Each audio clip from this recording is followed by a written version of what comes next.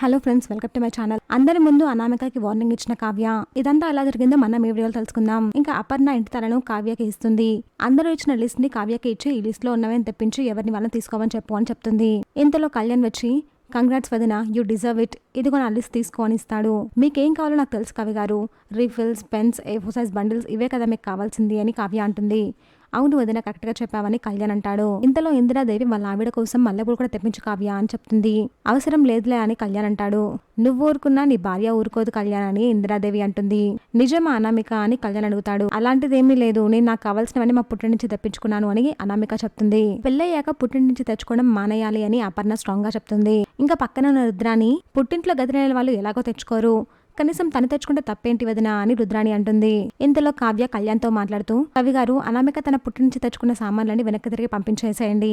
అనామికకి ఏం కావాలో లిస్ట్ రాసి నాకు ఇవ్వండి, నేను తెప్పిస్తాను అని కావ్య చెప్తుంది. అది విన్న అనామిక సీరియస్ గా చూస్తూ ఉంటుంది. ధాన్యలక్ష్మి కూడా సీరియస్ అవుతుంది. ఇలా పెళ్ళయ్యాక కూడా పుట్టి నుంచి తెప్పించుకుంటే ఈ వంశం పరువు ఏం కావాలి అని ఇందిరాదేవి అంటుంది. ఇంతలో అపర్ణ ధాన్యలక్ష్మిని ఉద్దేశిస్తూ, ఇంకెవరైనా లిస్ట్ ఇవ్వాల్సి ఉంటే ఇవ్వండి, అహం కొద్ది లిస్ట్ ఇవ్వకుండా మానేస్తే అది వాళ్ళ కర్మ అని చెప్పి వెళ్ళిపోతుంది. ఇంకా ధాన్యలక్ష్మికి ఏం చేయాలో అర్థం కాక అలా నించొని ఉంటుంది. చూసాగా ఫ్రెండ్స్, మరి ఏం జరగబోతుందో. ఇలాంటి జెన్యూన్ అండ్ రెగ్యులర్ అప్డేట్స్ కోసం మా వీడియోకి లైక్ చేసి ఛానల్ని సబ్స్క్రైబ్ చేసుకోండి.